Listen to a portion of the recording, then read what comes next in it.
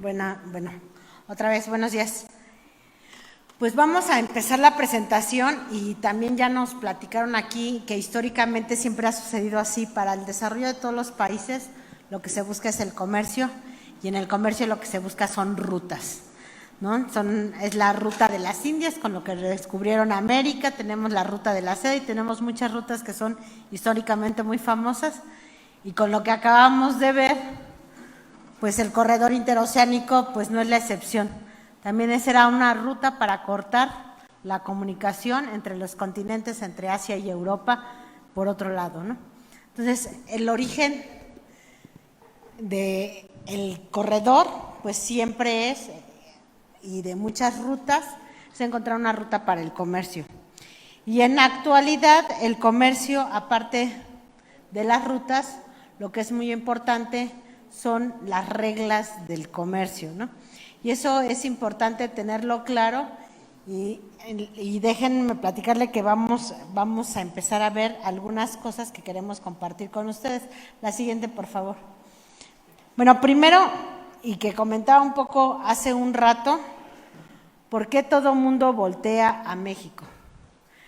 México ya el día de hoy es la economía 14. Hasta hace unos años estuvimos mucho tiempo en la economía número 15, ya pasamos a ser la economía 14 con un PIB de 1.4 billones de dólares en 2022.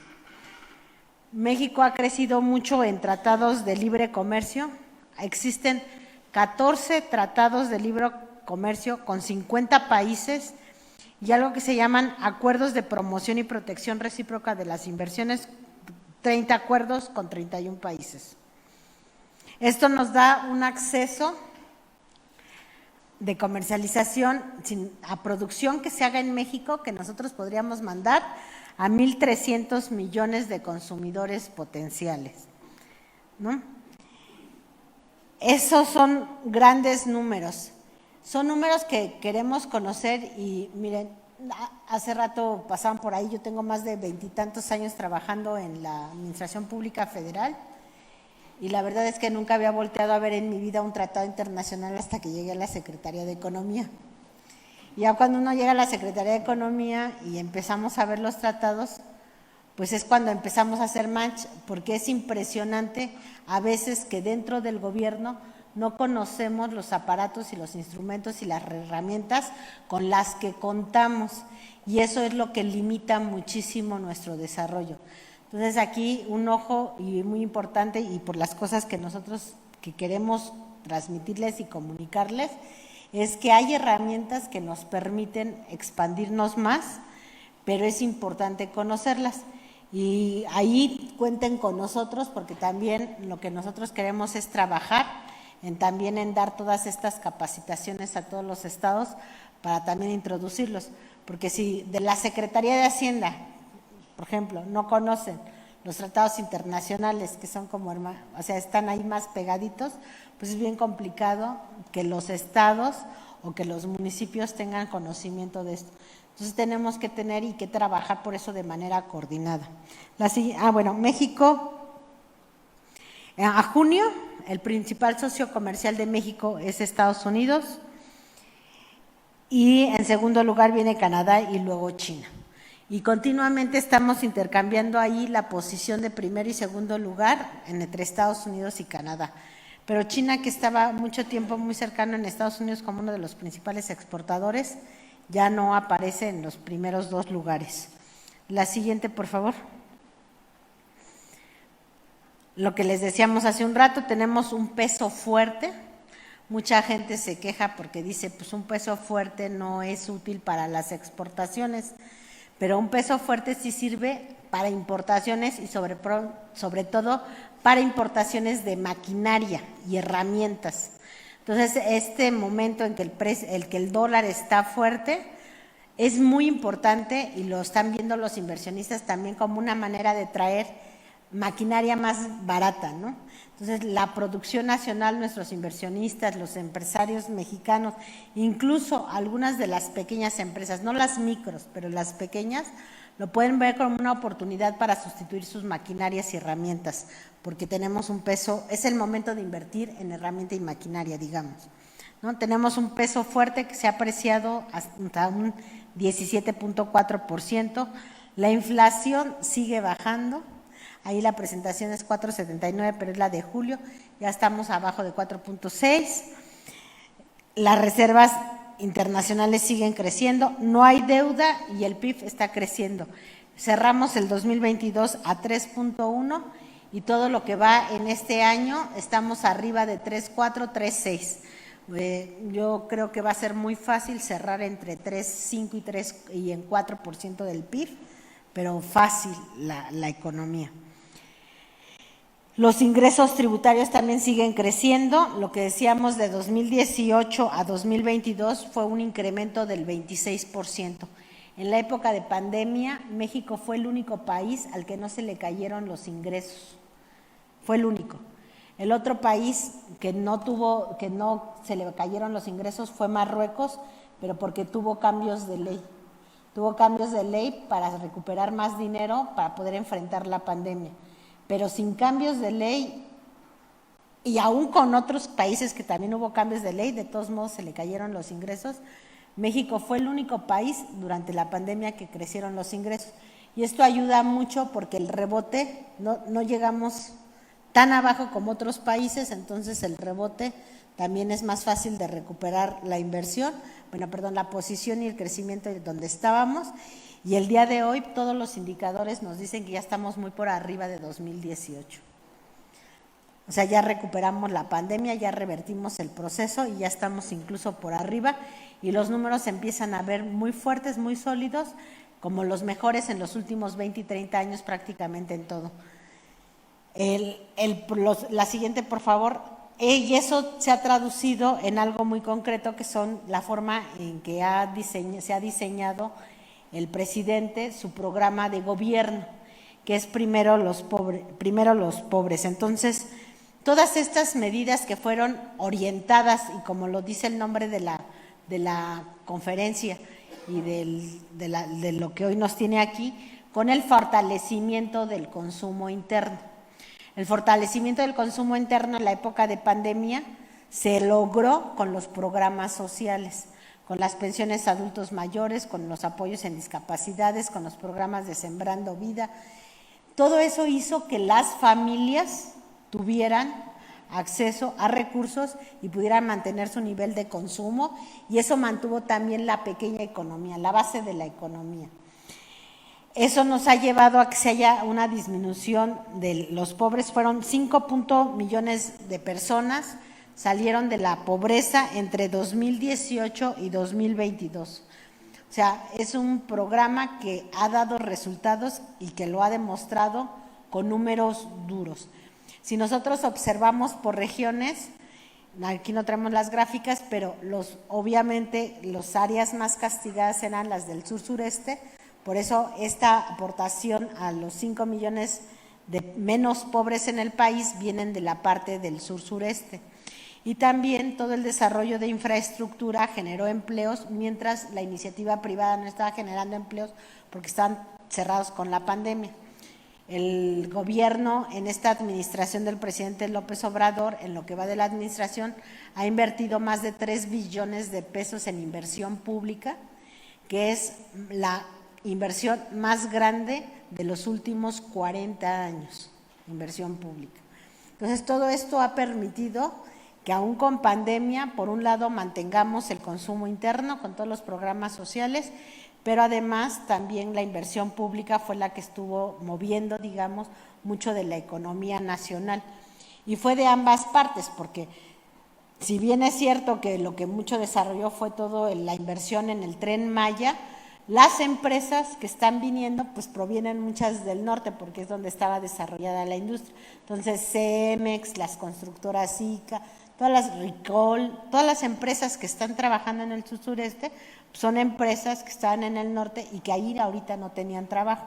Entonces eso mantuvo la economía en general del país en muy buen ánimo, y eso se refleja fuertemente en los números, ¿no? La siguiente, por favor. Con toda esa fortaleza que tenemos interna de la economía y diciendo que México se convirtió en un gran atractivo, De las partes externas, de los factores externos, pues también está todo el tema del fortalecimiento de las cadenas de suministro, que queremos mercados regionales, pero también los tratados que tenemos, porque los tratados lo que hacen es eliminan aranceles entre importaciones y exportaciones. ¿Eso qué quiere decir? Que abarata los costos transaccionales entre países comerciales. Entonces, como ya se va a cortar, es más fácil hacer comercio en algunos casos que hay tratados comerciales, pues eso hace y motiva también a que llegue más empresas, porque no se limita al mercado nacional, sino también podemos llegar al mercado de Estados Unidos y Canadá principalmente, que Estados Unidos por cultura es un país muy consumista, después Canadá, y además México es un país que tiene edad promedio de 29 años, estamos creciendo y donde todo el mundo va a empezar a comprar en algún momento porque va a obtener su primer trabajo, su primera casa, se va a casar, etcétera, o va a gastar, si no quieren, ya ahorita en estos tiempos ya no es muy común, pero entonces también van a querer irse de vacaciones. Es un universo de población muy grande, de consumidores, donde se puede crecer. De los 3 países sumamos 498 millones de personas, o sea, casi 500 millones de personas, y entre los 3 países la producción es la tercera parte de todo lo que se produce a nivel global. Entonces es también una economía fuerte como bloque, porque 3 países representamos el 30% de la producción global. Entonces eso también nos da bases sólidas para poder crecer. Los tratados todos son perfectibles y yo creo que sí hay que revisarlos, y en la medida que cambia el mundo también hay que actualizarlos, porque muchos de los tratados surgieron donde decían la globalización es lo más importante y vámonos todos por la globalización. Se está viendo que no es lo mejor, que la globalización sirvió para hacer fuertes concentraciones de riqueza, otros lugares donde había mucha pobreza, y además separó todas las cadenas de valor de producción, porque si era más barato hacer un tornillo, aunque estuviera en la otra parte del mundo, porque ahí metemos niños a trabajar, pues era más barato y iban desplazando, cerrando fuentes de trabajo en otros lados de adultos, ¿no? Entonces, se está viendo que la globalización no es la panacea que todo el mundo pensó en algún momento. Todos estos tratados se tienen que revisar y los tenemos que tratar de revisar en conjunto. ¿Por qué? Porque los tratados son instrumentos que tienen varios apartados y varios sectores. El energético, la leche, la pesca, la agricultura, el tomate, y nos vamos además en cada uno producto por producto. ¿Qué vamos a hacer con el tomate? ¿Qué vamos a hacer con el camarón? ¿Qué vamos a hacer con el plátano? ¿Qué vamos a hacer con la naranja? Etcétera. Entonces, ahí es muy importante también que ustedes conozcan todos estos instrumentos, porque a lo mejor ahí hay cosas que a ustedes les ayudan a crecer o que los están inhibiendo en el crecimiento. Y nosotros a lo mejor desde la Ciudad de México no tenemos tanta claridad porque no sabemos cómo se está moviendo cada una de las economías en los estados. Por eso es importante que también ustedes conozcan todos estos apartados, cómo juegan en sus estados, para también levantar las señales. Oye, esto está mal, o algo que esté bien, ir y comunicárselos ahí a su estado para que aprovechen estos beneficios, ¿no? Entonces, ahí está muy atractivo el tema del TEMEC todavía, pero sí se va a requerir una revisión. La revisión tiene que ser en el 2026, entonces tenemos tiempo para trabajar, para hacer una revisión de aquí al 2026, pues sobre todo los que siguen, ¿verdad? Que hay muchos cambios en el Inter, entonces hay que esperar. Luego, la siguiente, por favor. Viene ya con los tratados y se vuelve atractivo, pues lo otro que decíamos era las rutas. Siempre es importante las rutas, ¿no?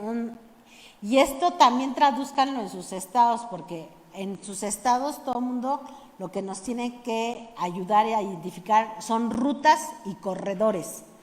¿Por dónde son las rutas y los corredores donde nos tenemos que desarrollar? O sea, las nuevas empresas no se pueden poner donde sea. No, los exgobernadores no es buena idea que les regalen terrenos en un lugar que están lejos de todos lados, porque esos terrenos no les van a servir a las empresas porque va a ser muy costoso llevarles los servicios, el agua, la energía, el gas. Entonces se va a tardar tanto en llevar los servicios que esos terrenos se van a quedar abandonados y van a perder la oportunidad de la inversión del día de hoy, la más inmediata.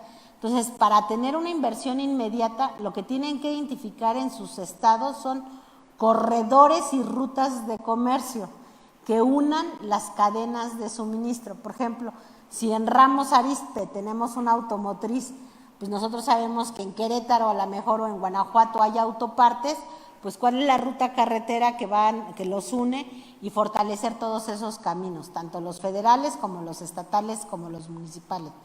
Y irlos fortaleciendo, y en la medida que esa zona se vaya, digamos, rellenando, entonces podemos meter ahí mucha infraestructura para explotar esa área y después ya se va escogiendo otra, pero empezar a escoger como corredores o centros económicos. Y eso necesitamos que ustedes nos ayuden a identificarlos para poder ir planificando las inversiones. Así fue como empezó toda esta parte de la relocalización. Todo con la pandemia dijeron vamos a fortalecer los mercados regionales, hay que fortalecer América porque había productos donde el 60% de la producción global se hace en Asia. Entonces estaban muy concentradas ciertas producciones en Asia, será muy fácil identificar qué productos nuevos son los que nos tenemos que traer a nuestro país o que podríamos traernos a nuestro país, porque en México no existen. O sea, no, por eso les decía, no es competencia, porque son incluso cosas que no existen hoy en nuestro país y que a nivel global estaban todas concentradas en Asia. Entonces empezaron a identificar y obviamente uno de los puntos que destacó fue el tema de microprocesadores, ¿no? Porque no había, ¿se acuerdan que hubo que no se entregaban los coches? Pero incluso Estados Unidos llegó a tal punto que ni siquiera tenía licuadoras, ni refrigeradores, ni artículos de línea blanca. Entonces, eso está muy concentrado en la parte de Asia y eso era, por ejemplo, un foquísimo rojo y a partir de ahí, pues se abre la posibilidad, a ver, ¿qué es lo que caracteriza a los microprocesadores que fueron los que causaron el rompimiento, la disrupción de las cadenas de suministro? Pues que están concentrados en Asia. Entonces, vamos a ver todo lo que está concentrado en Asia y que nosotros no tenemos. Y empezamos ahí a revisar y a ver. Entonces, ahí la idea es qué es lo que que no producimos nosotros, que podemos producir en México, y entonces hacer crecer nuestra economía y nosotros producir por lo menos lo que consumimos. Y así fue como se empezó a trabajar, se empezó a hacer las promociones en este sentido, y al día de hoy la siguiente, por favor. Lo que observamos es que con todas estas características y condiciones que tiene México, pues ya llevamos una inversión extranjera del 2006 al 2000, siempre me ponen este dato acumulado, de 549 mil millones de pesos, pero si lo vemos partido, la inversión más fuerte es en los últimos años. Aquí no se puede apreciar mucho, pero si nosotros vemos con relación al año pasado, el 22 contra el 21, el 21 contra el 20, la inversión extranjera ha crecido muchísimo. Bueno, ahí está en la gráfica abajo. Mira, si observamos, los cuadros amarillos que se ven en la gráfica de barras son inversiones extraordinarias, son inversiones financieras, o sea, no tienen un cambio físico, es un cambio de dueño, ¿no? O sea, es la venta de Grupo Modelo. ¿Cuántos empleos generó? Pues ninguno. ¿Qué derrama económica trajo? Ninguna. Pero sí hay una inversión porque cambió de dueño. Entonces, esas operaciones extraordinarias y grandes que no implican una derrama económica son las que están marcadas en las barras en amarillo. Las rojas son las que son inversión que se traduce en una inversión física.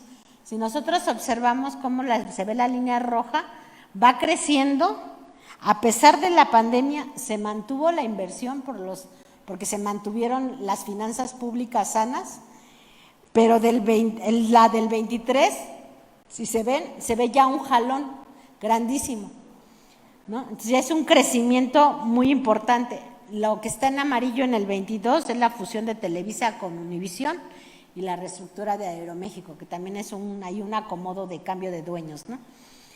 Pero todo lo demás se ve cómo va creciendo la inversión y en el 2023 vemos el gran brinco, que es ahorita cuando ya se está materializando todos estos esfuerzos. Esta se llama inversión extranjera directa, que es registrada en la Secretaría de Economía, porque cuando hay un extranjero tiene que invertir en México, pues tiene que avisar, porque pues no es su país de origen, ¿no? Esas son las registradas, pero hay muchas anunciadas. Las anunciadas son del orden de extranjeros, son del orden de 69,000 millones de pesos. Y las nacionales andan del orden de 33,000 millones, de dólares. En total son poco más de 100,000 millones de dólares los anuncios de inversión que se tienen. Y el otro dato interesante que tenemos es que las inversiones, el anuncio de inversiones está abajo. ¿Qué quiere decir? Que por competencia comercial no todos están diciendo cuánto están invirtiendo. Porque, digamos, aquí no hay placas de esas verdes, se llaman placas de circuitos electrónicos integrados, como las de las computadoras, ¿no? Donde ponen los chips.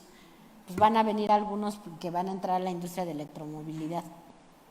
Pero hay, por ejemplo, 2 empresas que quieren venir, que son competencia, pues ninguna quiere decir cuánto va a invertir, porque la otra tampoco dice cuánto va a invertir. Entonces están trabajando, pero no dan el anuncio, ni tampoco dan avisos. Están trabajando muy discretamente.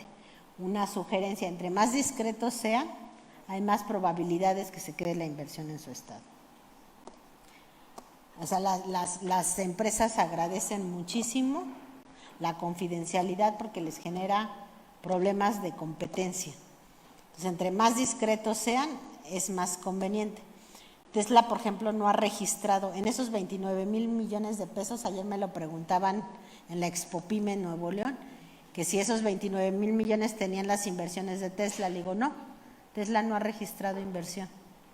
Lo anunció, está en los anuncios, pero no está en los registros. No es lo mismo. El registro es cuando ya van a empezar a hacer los trámites y es cuando ya realmente están empezando a trabajar. En la otra parte es pura planeación. Entonces, mientras están en la planeación, si nosotros somos indiscretos, se van a ir.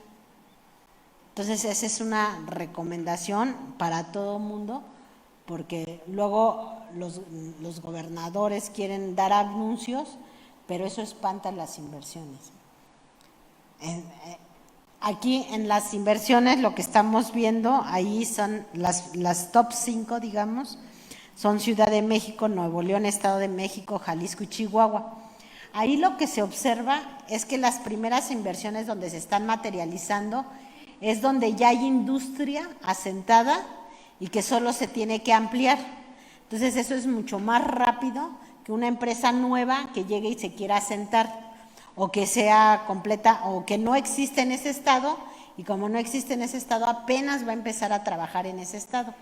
Por eso los estados que estamos observando son donde ya hay mucha inversión y que se están ampliando donde están, pero la verdad es que las empresas están trabajando en todos lados. ¿Cuáles son los principales sectores que sabemos? Y ahí se ve por los sectores, son la industria manufacturera, obviamente, servicios financieros y de seguros, minería, transportes, correo y almacenamiento y construcción. Construcción, pues es el reflejo de todo lo que están trabajando para recibir estos nuevos proyectos de inversión. La siguiente, por favor. Entonces, ¿qué tenemos? Decíamos, este primer semestre recibimos 29,000 millones de dólares de inversión extranjera directa ya registrados, que es 41% superior al primer semestre del 2022. La que sigue, por favor. Aquí tenemos cómo es lo que, o sea, todo esto ratifica lo que hemos mencionado, que también nosotros lo observamos en las reuniones. El 78% de las inversiones es reinversión de las utilidades. Dicho de otra manera, las empresas que ya están aquí son las que se están ampliando primero, ¿no? Y como el sector automotriz es un sector fuerte en México, el sector automotriz es el primero que se está desdoblando y que está invirtiendo donde ya está, ¿no? Luego los otros 15% son pagos entre compañías y grupos corporativos, ahí son los reacomodos incluso a nivel global entre las corporaciones, porque hay corporaciones que tienen a lo mejor plantas en Brasil y se quieren venir a México, o en Vietnam y se quieren venir a México, y el 7% corresponde a inversiones nuevas, pero son inversiones nuevas ya registradas. Eso quiere decir que ya llevan un grado de avance importante. Ya tienen incluso visto seguramente los terrenos, ya saben con quién se van a asociar y muy probablemente ya tengan muchísimo más información y avanzado. Este 7% con el tiempo lo que queremos es que se haga más grande, ¿no? La siguiente, por favor. ¿De dónde vienen las inversiones? Pues principalmente de empresas de origen norteamericano. Luego está España, Alemania, Argentina, Japón, Países Bajos, Canadá, Reino Unido, Suiza y Francia, son los principales. Pero por mucho, si observamos ahí, son Estados Unidos la lleva de calle y luego España y Alemania. Vámonos a la siguiente, por favor.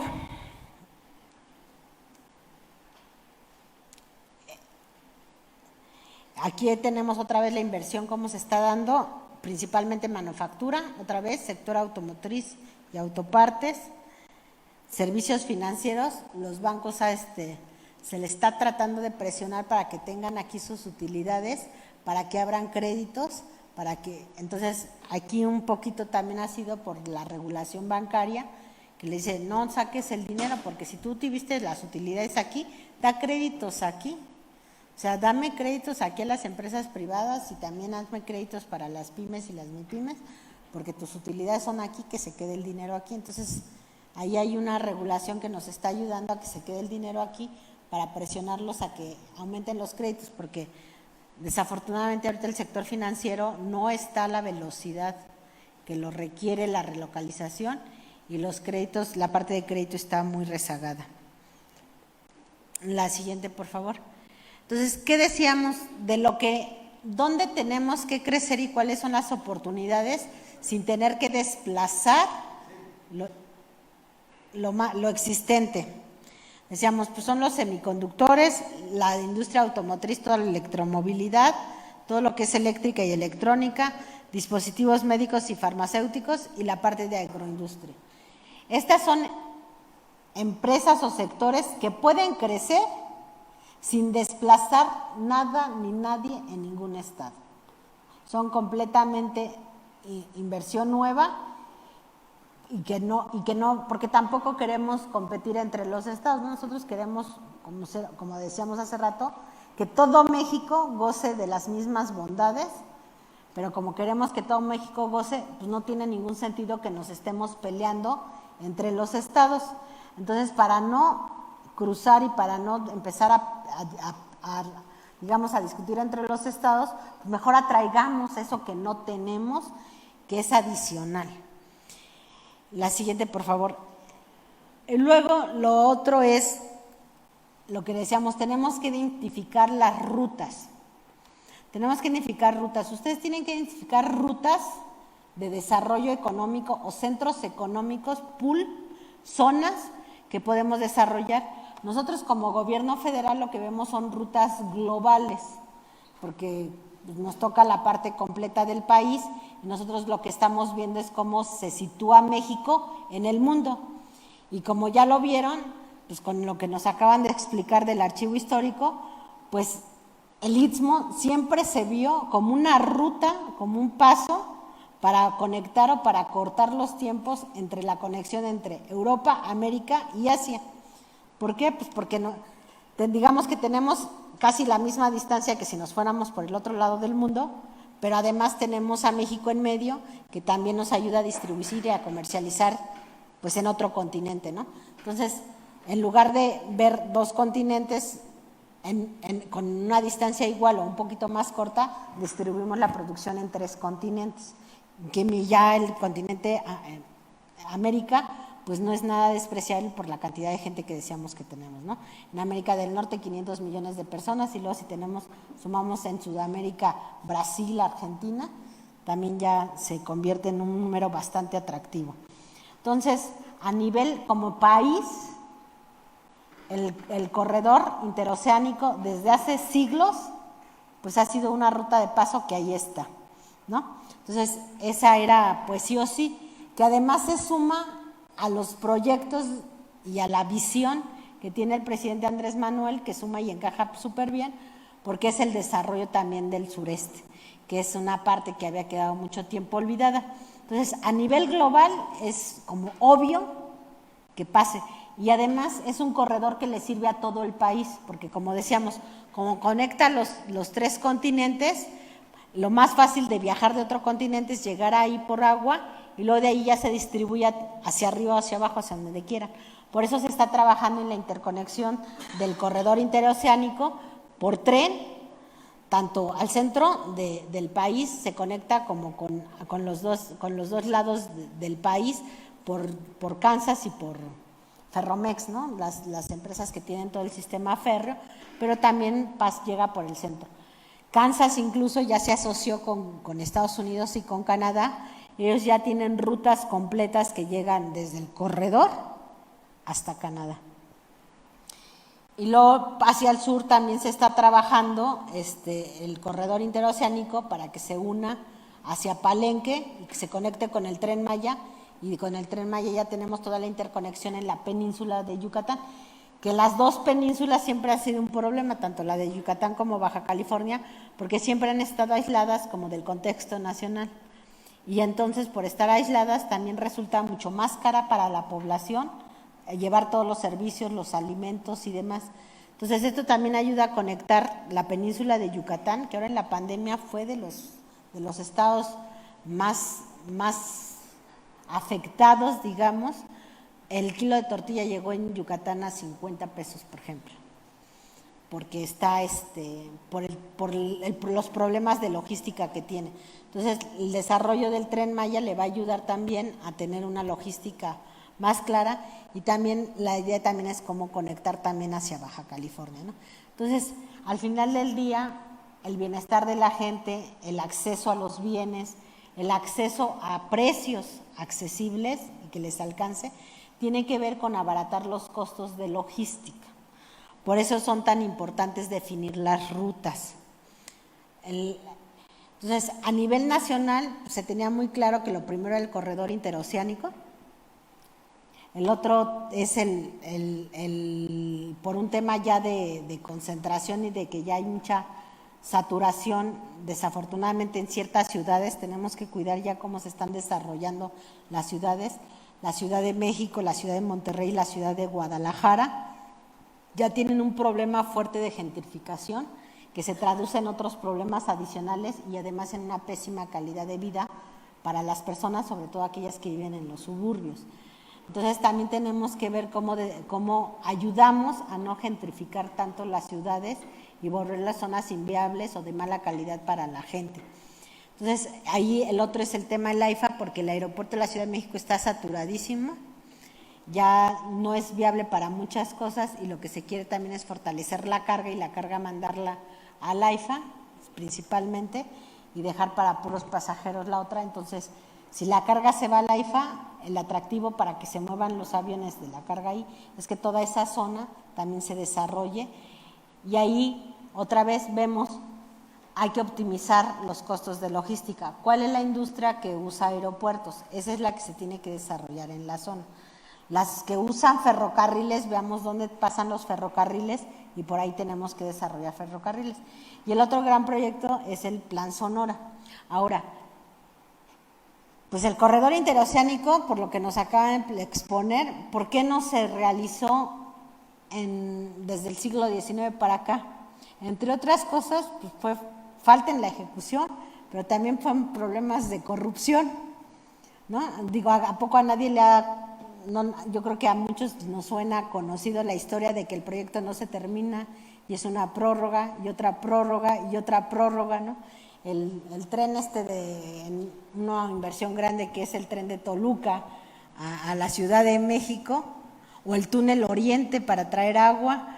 O sea, son obras que se planean para 5 años, llevan como 15, 20 años, se han ido al triple, al cuádruple o más y no se terminan. Entonces, un problema también que inhibe el crecimiento es la corrupción y el desvío de recursos.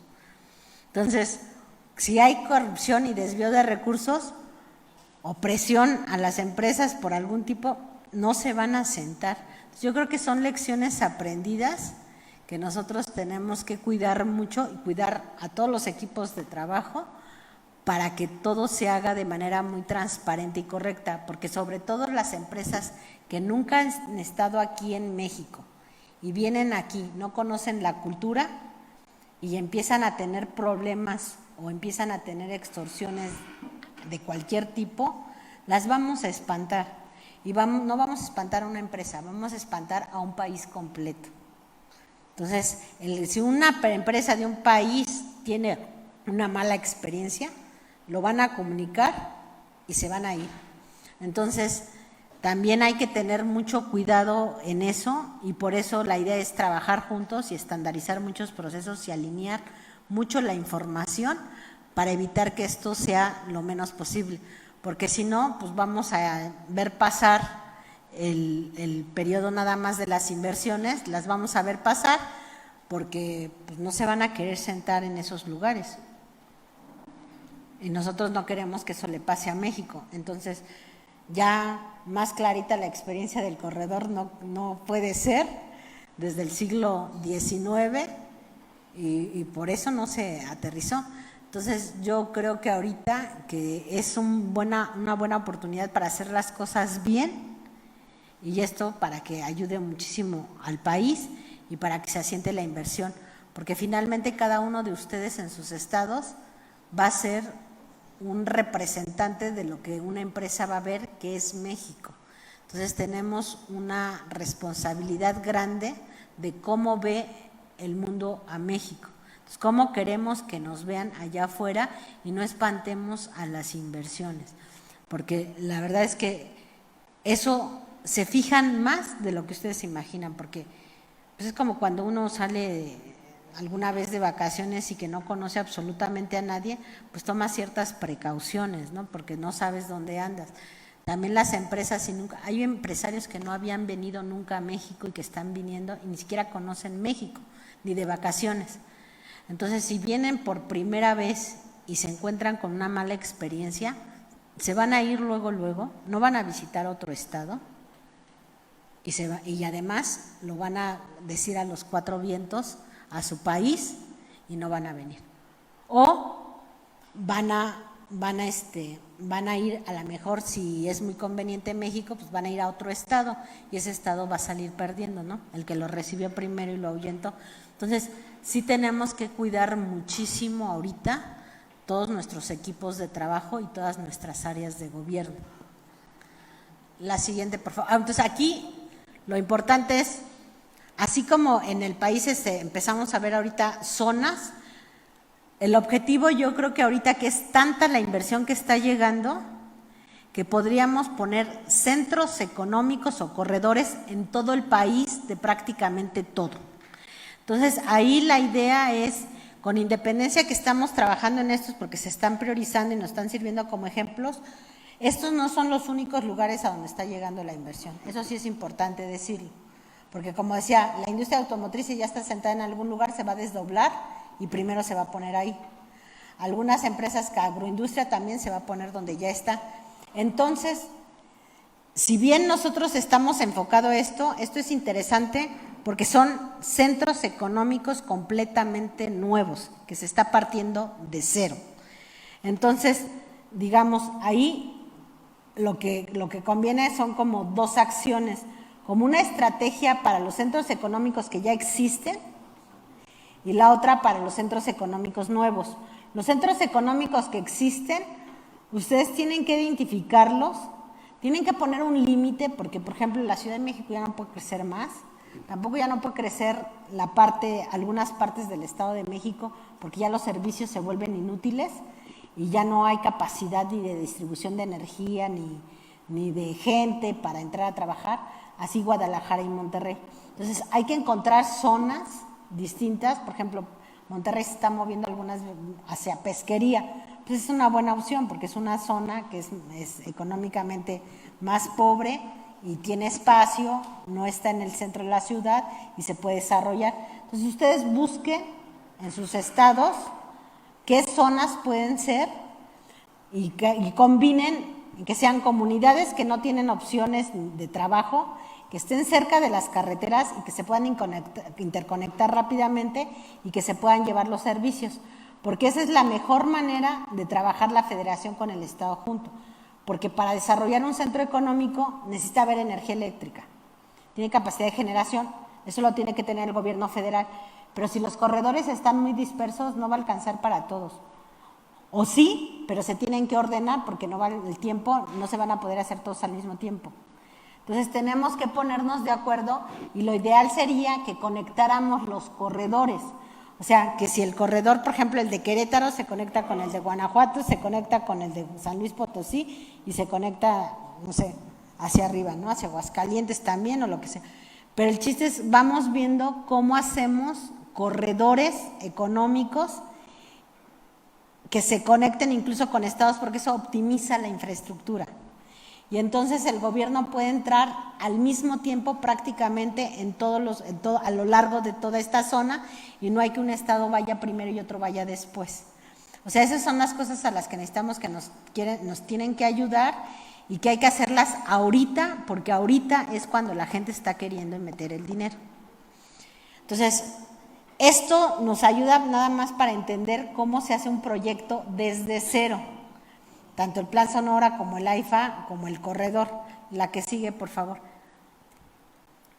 Entonces, aquí en el corredor, pues lo que decíamos primero, pues que es una plataforma logística, y la otra que se hicieron 10 polos, que consiste en una ruta de comercio que une pues los dos océanos, el Pacífico y el Atlántico, y la otra que tiene 10 polos de bienestar para el desarrollo. De esos 10 polos, 4 se encuentran en Veracruz y 6 en Oaxaca. ¿Qué es lo que se hace? Pues se escoge la ruta, la zona, el corredor, y se escogen algunas zonas en particular para que vayan generándose centros ancla que atraigan, que sean atractoras luego de más desarrollo económico. Entonces, lo que necesitamos son grandes empresas en ciertos lugares a lo largo del corredor que sirvan como polos o imanes para que las demás empresas se vayan derramando alrededor. Por eso está así la distribución. La otra, las empresas quieren estar cerca de comunidades no más allá de 30 kilómetros. Tienen que fijarse cuántos empleos necesitan las empresas, qué nivel educativo, y que para que arranquen rápido y que tengan las condiciones, si son empresas grandes, que las poblaciones estén a no más de 30 kilómetros. Eso también nos ayuda con la infraestructura porque se fijan mucho en esas cosas. Entonces, aquí, por eso, ¿cuál es una ruta que es innegable que une el comercio de todo el mundo? El corredor, ¿no? Y eso también tenemos, además, el presidente lo ha dicho hace unos días, el canal de Panamá por el tema del cambio climático está disminuyendo y bajando el nivel de agua y ahorita los barcos algunos que pasaban por el canal de Panamá ya no pueden pasar porque se encallan, porque ya el calado ya no alcanza. Entonces, los grandes que acostumbrados a pasar por ahí se están quedando afuera y para pasar tienen que, si quieren pasar, cambiar la mercancía a barcos más pequeños o dar toda la vuelta hasta la Patagonia para entrar por otro lado. Y eso está generando esperas en el canal Panamá de 40 días o más, y eso lo que está haciendo es que nos está saturando a nosotros nuestros puertos, porque en lugar de irse a Panamá, pues quieren entrar aquí a México, cruzar por tierra, ya, porque es más fácil eso que dar la vuelta hasta la Patagonia, ¿no? Entonces, nuestros puertos también se están saturando y también tenemos que invertir en infraestructura, tanto en puertos como en aduanas terrestres, en todo, para que sea ágil el paso, ¿no? Pero eso también es importante. Entonces, lo primero es tener la ruta logística, marcar el corredor, identificar zonas donde haya poblaciones que estén a no más de 30 kilómetros del lugar, que puedan absorber la demanda laboral que requiere esa empresa, y no necesitamos que se pongan todos corridos, sino que vayan detonando polos, ¿no? Y que vayan gravitando otra derrama económica alrededor de las empresas. La siguiente, por favor. Aquí está lo que les decíamos, el corredor, por lo que a nivel federal es muy importante, además de que está en el sureste, es que acorta todos los puntos de comunicación con Asia, con Europa, pero además conecta muchísimo a toda la parte de Estados Unidos. El 80% del comercio que tenemos con Estados Unidos lo tenemos con Texas y con California. Ahora sí, como dicen las caricaturas, está por conquistar todo el resto de Estados Unidos. Si el 80% es nada más California y Texas, si lograban entrar a todo el este o al centro, porque del corredor también se podría entrar por el Mississippi y llegar al centro de Estados Unidos, pues abarcas todo. Por eso es muy atractivo para todo el mundo, porque es un punto, el transporte en agua es más barato que el transporte, lo más caro es el transporte en ruedas, lo más barato el transporte en agua. El tren es un intermedio. Por eso también tenemos que identificar dónde tenemos que fortalecer el desarrollo ferroviario, porque cuando el presidente también termine el proyecto del Tren Maya, se van a liberar recursos y él ya también lo dijo, hay que construir ferrocarriles en otros lados, hay que identificar dónde tienen que ir esos ferrocarriles, porque después de agua el transporte más barato es el tren. Entonces tenemos que trabajar en eso. Entonces ahí el corredor es tan atractivo porque de ahí es muy barato llegar a cualquier parte de Estados Unidos. Entonces hay, digamos, estados, por así decirlo, vírgenes, que no se ha llegado. Todos se quieren poner en la frontera. Sí, pero en la frontera vas a tener el comercio con Texas otra vez, con California y a lo mejor ahorita con Arizona. Pero de ahí en fuera, y los otros 40 y tantos, ¿dónde están? Estados. Entonces, de alguna manera hay que llegar ahí y hay que llegar de la manera más barata en términos de costos, porque si llegamos baratos es más competitivo. Y a los extranjeros les decimos, mira, está más lejos Taiwán que Chiapas o que Ciudad Hidalgo, que está pegada allí a Guatemala, ¿no? O sea, Taiwán es mucho más lejos, no te van a subir los costos logísticos, te van a bajar los inventarios, porque el problema de la logística y que esté cerca también es que no gastas en almacenes. O sea, tú produces un motor que tiene 100 piezas, te tienes que traer las 100 piezas, pero si las 100 piezas te las traes de Taiwán, pues las tienes que comprar primero, las tienen que llegar 17 días antes porque tiene que cruzar el mar. Luego tienes que tener inventario, porque si le toca una tormenta y el barco se atrasa, pues ni modo que dejes de producir y cierres la planta. Tienes que tener inventario y tienes que tener almacenes. Entonces gastas en almacén, gastas en inventario, gastas en logística y además todo lo tienes que pagar antes, porque no va a salir el barco si no has pagado el 100% del producto.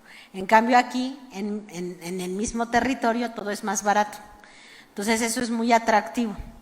Entonces, no importa en qué parte del país se coloque, si ellos tienen que distribuir a cualquier parte del mundo, la idea es conectar al corredor con toda la república para que de aquí salgan y se distribuyan a todos lados, menos lo que es obvio, ¿no? Si vamos a Centroamérica y estás en la frontera, pues no pasa nada, te vas directo, no tienes que ir al corredor, o si estás en la frontera con Estados Unidos. Pero todo lo demás, que vaya más allá de eso, lo podemos llevar al corredor. La siguiente, por favor. Bueno, aquí está ya como el corredor se está conectando con todas las nuevas vías a toda la península de Yucatán. Todo esto no existía. Eso que parece como un papalote en amarillo, todo esto es el Tren Maya, y eso no existía. Por lo tanto, la única manera de llevar provisiones, granos, maíz, etcétera, a la península era en barco, llegando por Puerto Progreso y luego todo en carretera hacia todas las comunidades, que es carísimo. Por eso en la pandemia fue de las poblaciones más afectadas con la inflación. Y va a haber un tren que también es parte del proyecto de la Secretaría de Marina, de donde se está conectando Coatzacoalcos hacia Palenque y Palenque ya entra el Tren Maya. Y hay otra ruta que va de Salina Cruz hasta Chiapas, hasta Ciudad Hidalgo, que también marca, y con eso ya también nos da conectividad a Centroamérica. Y con eso cubrimos básicamente toda la península, que era una parte que no estaba conectada en el país. O sea, otra vez, y eso aplica para sus estados, porque ese es el mismo concepto, pero en corto. No podemos desarrollar comunidades si no están conectadas. Entonces tenemos que generar conexiones entre todas las ciudades, entre todas las comunidades para que se puedan desarrollar. Y luego buscarles vocaciones a las zonas y luego ver y escoger esos puntos.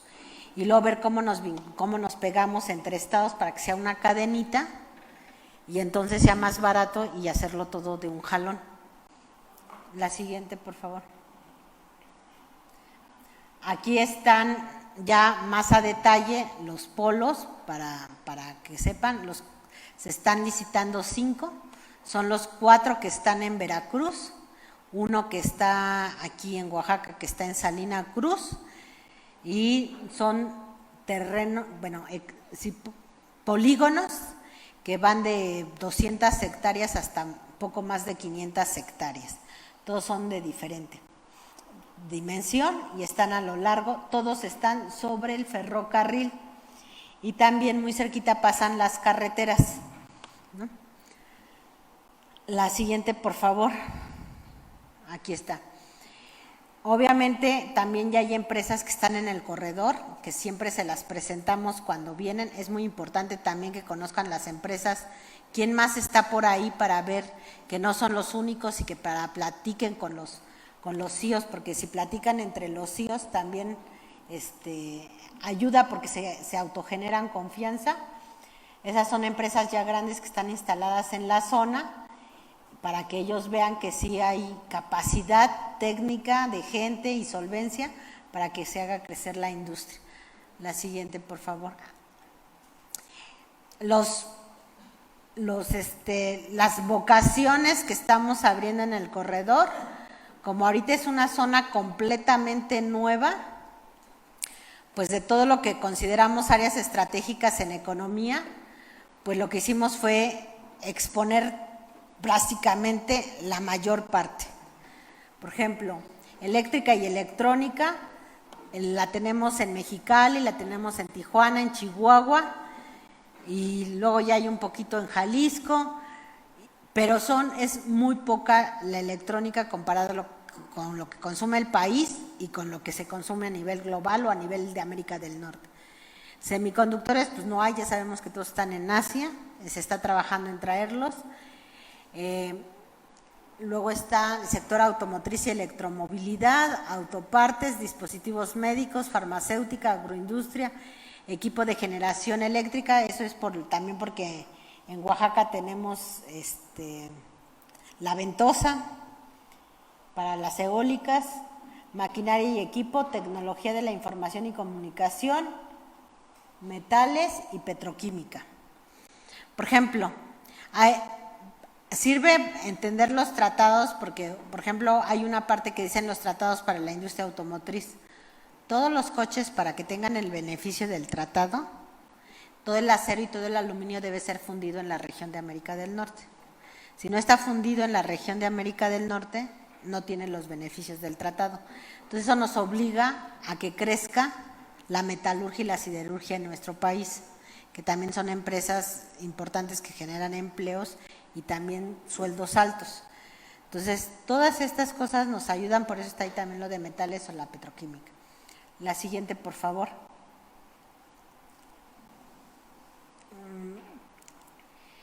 Para ir de la mano con todos estos temas y de lo que hemos platicado con todas las empresas, un tema importante son los incentivos fiscales. Ahí hay que decir que la gente que es más decente, empresarios o CIOs, nos dicen que México no necesita incentivos fiscales. Por la estabilidad económica del país, porque el costo laboral anda, pues somos de los que tenemos el costo laboral más bajo del planeta. O sea, nosotros tenemos para crecer todavía mucho los salarios. De hecho, han estado creciendo. El día de hoy, por ejemplo, un operador de un tractocamión están muy demandados. Tenemos un déficit muy fuerte en operadores de tractocamiones. El día de hoy un operador de tractocamión puede ganar hasta 100,000 pesos mensuales, cuando eran personas que ganaban 15, 20,000 pesos mensuales, y en menos de 6 meses llegaron a ganar 100,000. Y nosotros estamos trabajando con muchas escuelas técnicas de media superior para que nos formen operadores, porque faltan muchos, se los pelean, y los proyectos de inversión no pueden ir más rápido porque faltan operadores, por ejemplo, ¿no? O sea, no tenemos ya operadores. Se está también trabajando mucho con migración, para que mucha gente que migra, que tiene cierto nivel de capacidad o se le puede capacitar, se les incluya también ya la fuerza laboral, porque nos falta gente. Entonces, las condiciones de México están el día de hoy en tal punto que no se requieren incentivos fiscales. Eso es bueno que todo el mundo lo sepa, porque hay que cuidar el dinero, porque el dinero lo van a ocupar para fortalecer sus caminos, sus carreteras, las escuelas, las guarderías, toda la infraestructura social que necesita una zona para que se pueda desarrollar, además de la inversión privada. Entonces dice el privado va a decir, sí me pongo ahí, pero ¿a dónde van a ir estos niños a la escuela? ¿Qué hospital los va a entender? ¿Dónde está la guardería? ¿Dónde están los caminos? ¿Cómo está el transporte público? Entonces, ustedes necesitan dinero para invertir en toda la infraestructura social y generar las condiciones para hacer cada vez más atractivo su lugar. Entonces, tampoco no conviene ser tan sueltos con los incentivos fiscales. Los incentivos fiscales básicamente es un dulce. Y un dulce, ¿por qué? Es porque los empresarios siempre pelean, siempre lloran, y lo que quieren sentir es que se les dio algo. Entonces, vamos a ver, ¿qué se te dio? Entonces, pueden ser incentivos temporales. Suponiendo que la inversión es completamente nueva, es un ingreso o es una carga impositiva que el día de hoy no existe, el Estado no la tiene, pero en el futuro la va a tener. Entonces, les doy un incentivo de 2, 3 años y ya después ya me pagan. Entonces, nada más les dan los 2, 3 años, que es cuando está operando, que está arrancando, donde se está estabilizando su nivel de producción y sus ventas. En ese momento se le apoya y ya después ya no, pero se le apoya parcialmente. Y que para el Estado no sea, si yo no le diera incentivo cobraría 100, pero como le doy el incentivo, pues cobro 30, pero en 3 años voy a cobrar los 100. Porque históricamente, y lo que nosotros hemos observado, y ahí mismo a nivel federal, es que les daban de por vida los incentivos. Entonces el gobierno al final salía perdiendo. Le decía, no me vas a pagar ISR, pero toda la vida. O no me vas a pagar impuestos sobre nómina toda la vida. Pues no. Entonces, ¿y ustedes cómo van a mantener la infraestructura? ¿Cómo van a mantener las escuelas? ¿Cómo van a mantener las guarderías? O sea, no se puede y no lo necesitan, ¿eh? Entonces, ahí es importante sí darles un dulce, pero el dulce no puede ser grande ni para siempre. Tiene que ser moderado y todo. Y la otra es, con Oaxaca y con Veracruz, que hemos trabajado muchísimo, lo que hicimos fue tratar de homologar los incentivos. Porque luego lo que pasa es que empiezan a ver dónde consiguen más incentivos y entonces empieza una guerra de los incentivos y ellos se divierten y los únicos que pierden son los estados. Porque dice, ¿tú cuánto das de ahorro? 10. ¿Y tú? 20. ¿Y quién me regala el terreno? No, pues yo. ¿Y quién me regala no sé qué? Y entonces ya el que se queda con la inversión se quedó también sin dinero, porque no va a tener ni un peso de impuestos de eso, y aparte va a tener todo el compromiso de generar toda la infraestructura, ¿no?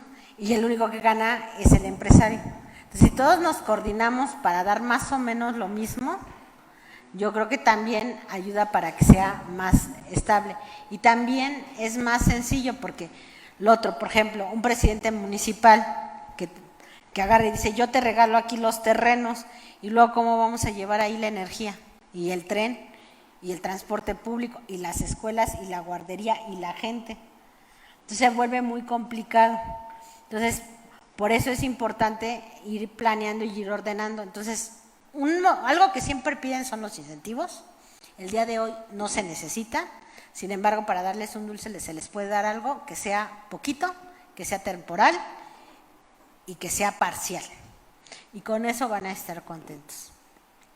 Lo otro que piden y que necesitamos es la ventanilla única, porque sobre todo, por ejemplo, si vienen inversiones nuevas y son gente que no conoce el país, pues menos va a conocer si hay un estado, si hay un municipio, si hay 5, si todos tienen los mismos impuestos, si son diferentes.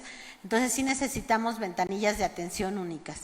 Ya ese tema, ya creo que ya Iraíz les platicó qué proyecto estamos trabajando y cómo nos podíamos informar, y creo que a todos nos conviene, porque tanto se necesitan trámites federales como estatales y municipales.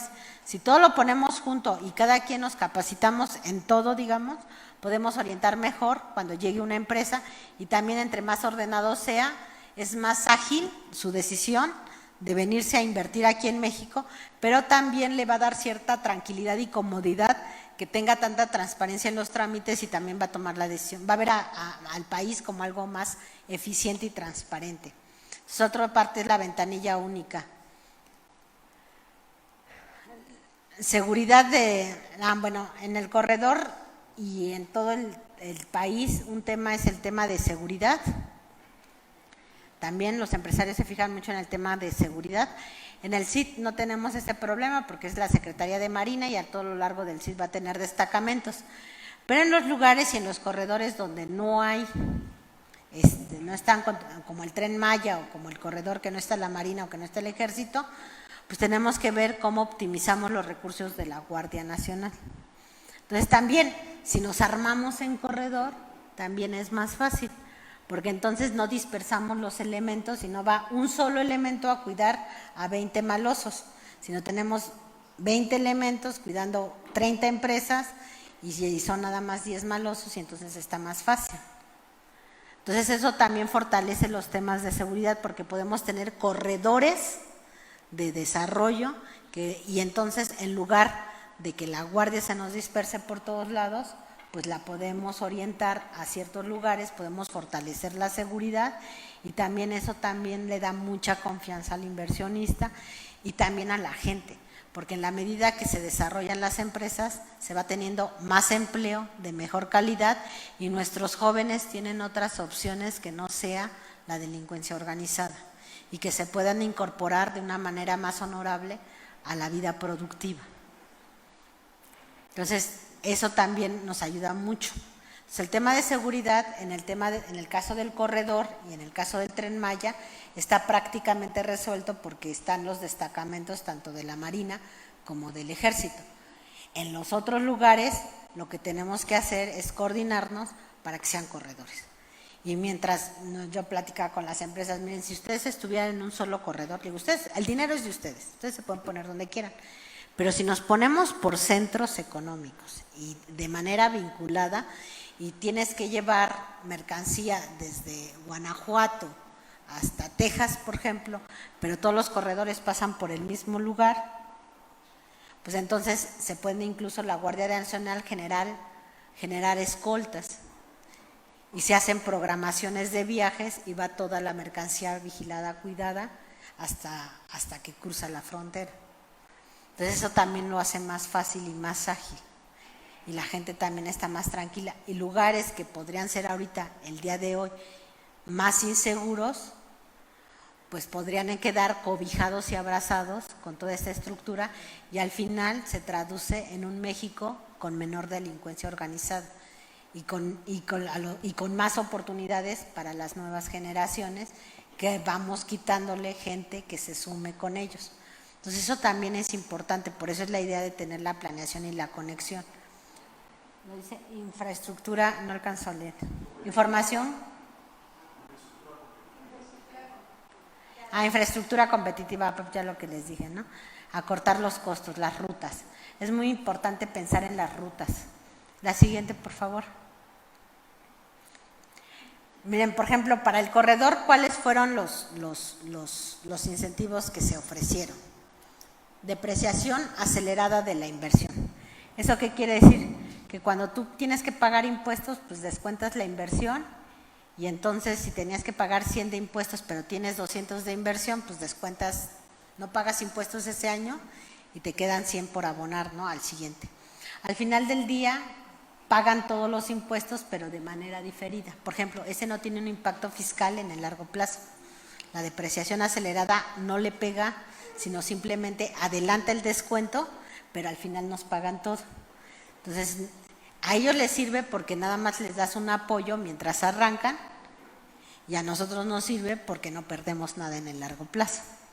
Entonces, es un beneficio, digamos, donde a todos nos conviene. Luego, el impuesto al valor agregado.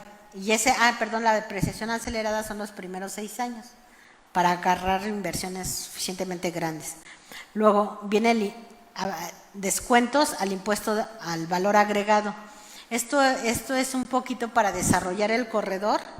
Se ayudó a decir, si hay transacciones entre los polos del desarrollo, esos tienen un descuento del 100% de IVA los primeros 4 años, ¿no?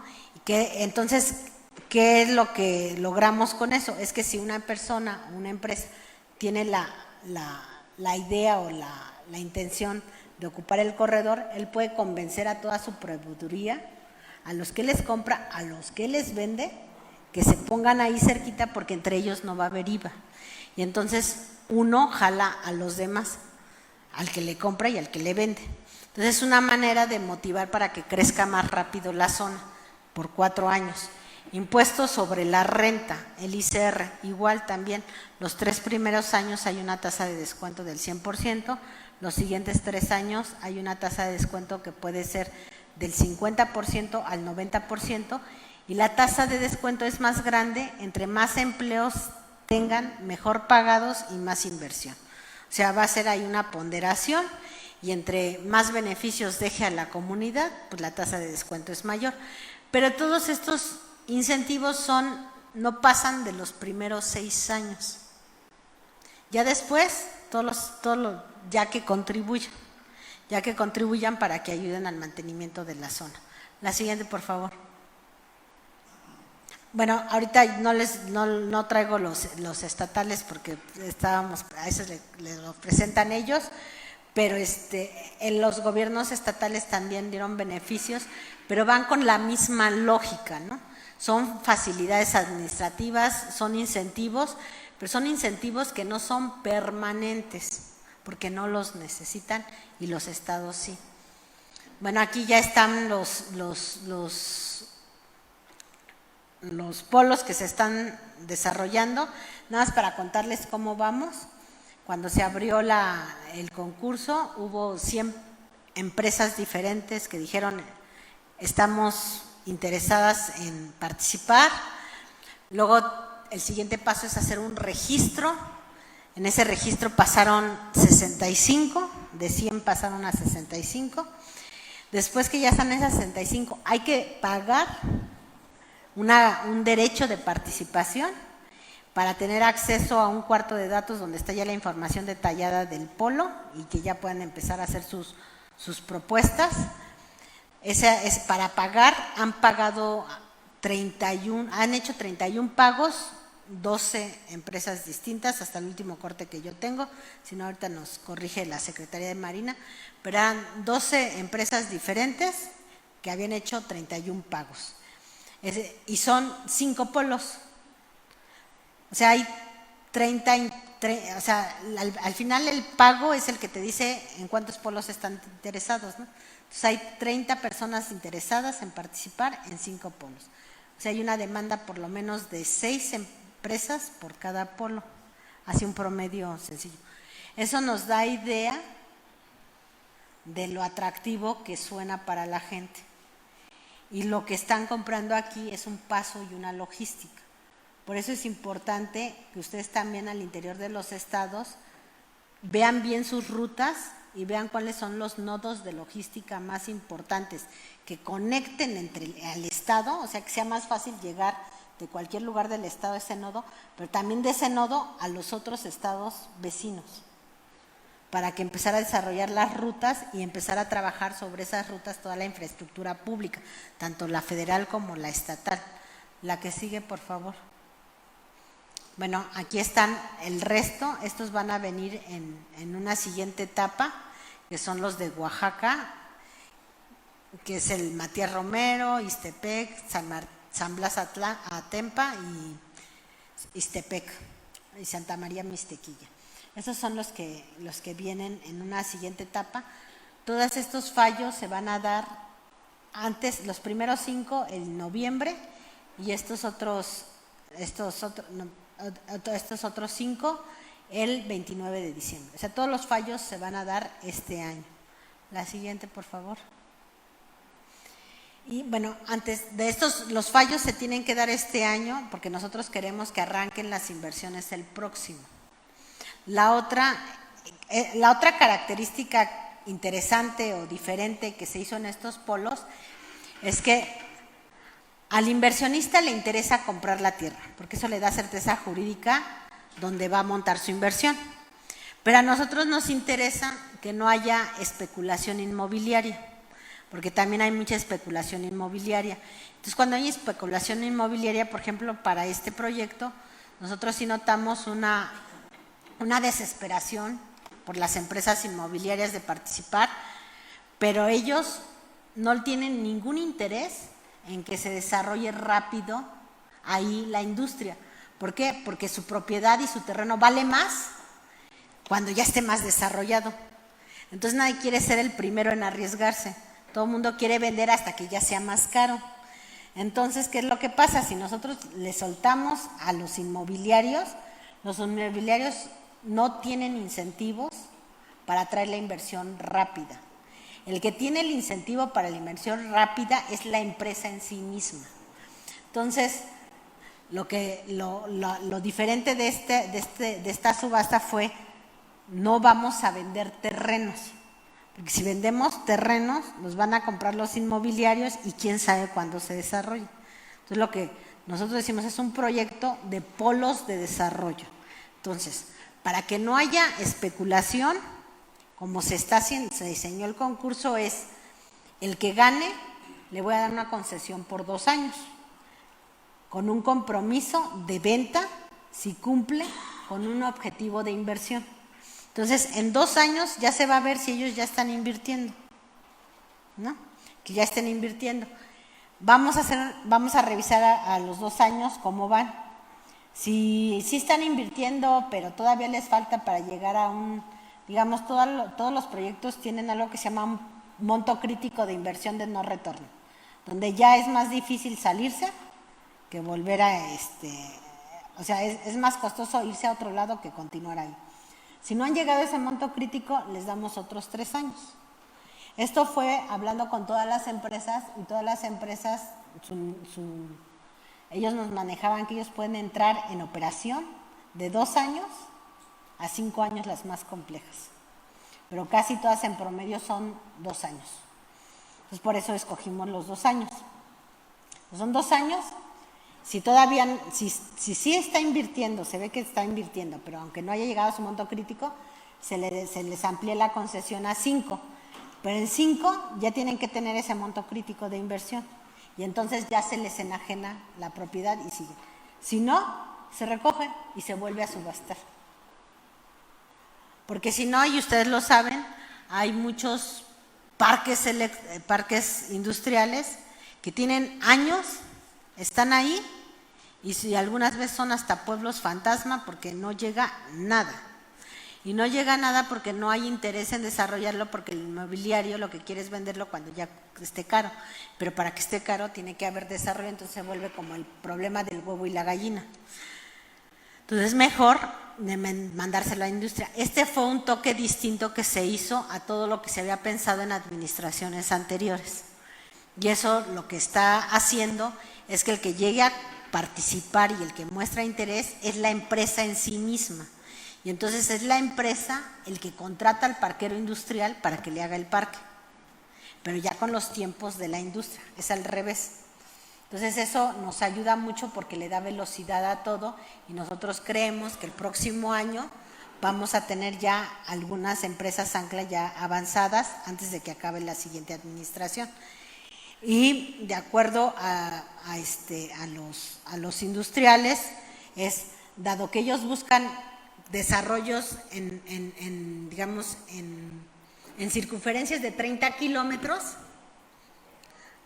por eso aquí son 300 kilómetros, tenemos 10, con eso rodeamos todo, pero dice, con que caiga una en el corredor, nosotros sabemos que se va a desarrollar la infraestructura, por ejemplo. Las vías, las carreteras, el agua, el internet, todo. Entonces, el que caiga una y que se ancla, eso nos da la señal de que a fuerzas va a haber infraestructura y entonces, como automáticamente, todos caen al mismo tiempo. Entonces, con uno que caiga importante y que avance el primer año, con eso va a ser suficiente para convertirlo en un centro de atractor. Eso también es para las cuentas que ustedes hagan. Si ustedes quieren desarrollar algo, en lugar de pensar en hacer mucho, concéntrense en uno y con uno que caiga, los otros empiezan a caer. Y esto tiene que ir acompañado de otras políticas que ya se estarán viendo en otras reuniones, porque las empresas grandes representan el 60% de la atracción económica. El otro 40% son todas las pequeñas empresas que giran alrededor de esta empresa, que les dan servicios, proveeduría, etcétera, alrededor, es el 40%. Pero además, las MIPYMES no solo son el 40%, sino tienen 7 de cada 10 de los empleos. O sea, dan más empleos las MIPYMES que las empresas atractoras grandes. Entonces, también es otro dato de por qué tenemos que, junto con la empresa grande, desarrollar todo alrededor. Y ahí ya entran dos grandes vertientes que ya tienen programas de trabajo.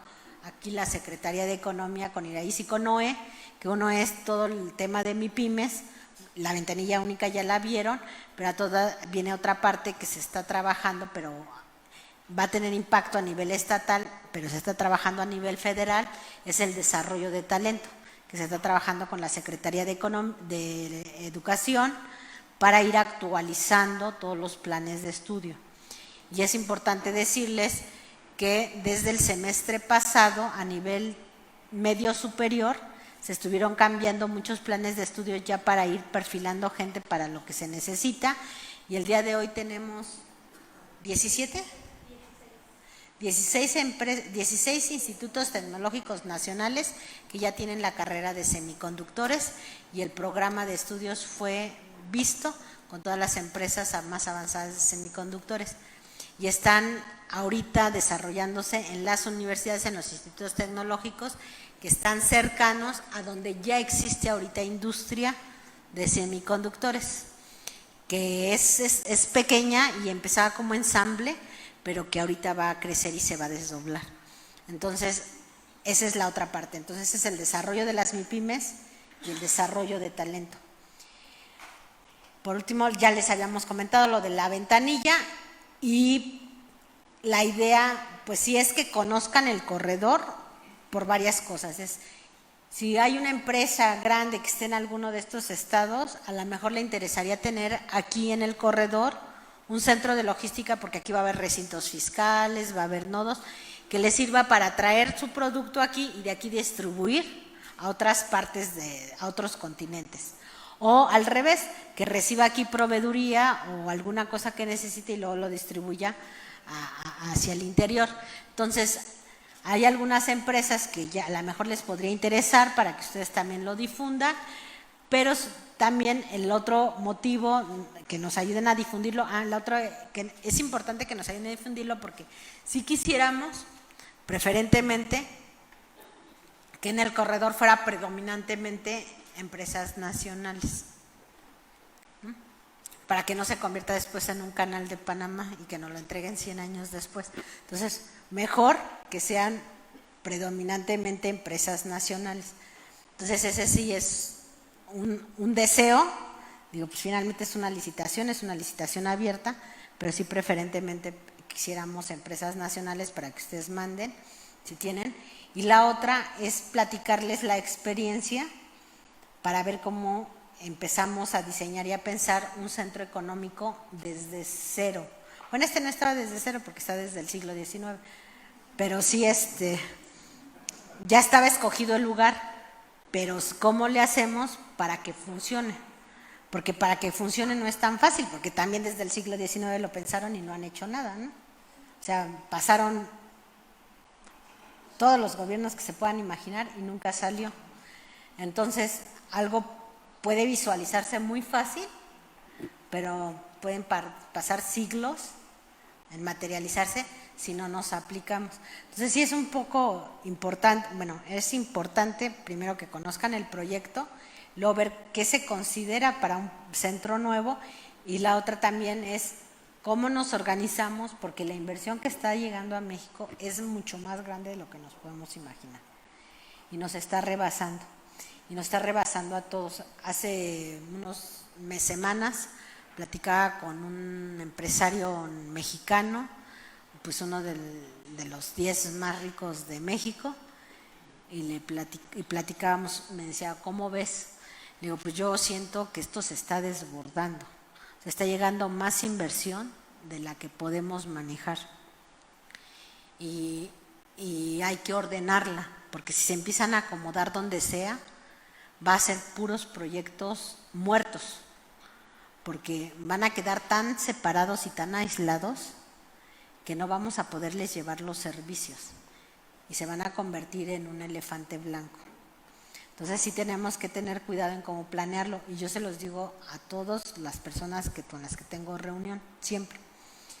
Digo, y eso estresa, y los que nos pueden ayudar a que eso no suceda son ustedes. Que no se queden como elefantes blancos y como una frustración de un negocio que nunca pudo ser. Los casi algo, ¿no? Entonces ya no va a funcionar así. Y esta persona, que es una empresa, decía, le digo, ¿y tú cómo ves? Dijo, mira, yo traigo 2 proyectos enormes que me ocupan el 100% de mi tiempo. Si estoy viajando a todos lados, tengo todo el tiempo trabajo todos los días. Dice, pero tengo 3 proyectos que rechacé porque no me da tiempo. Entonces, o sea, ya están rechazándose proyectos, no por falta de dinero, sino por falta de tiempo.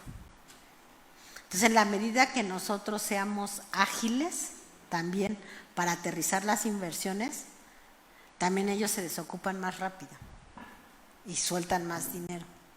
Entonces, sí es un trabajo fuerte, pero pues ahora sí que de todos los que estamos aquí depende que esto se logre, ¿no? Pues muchísimas gracias.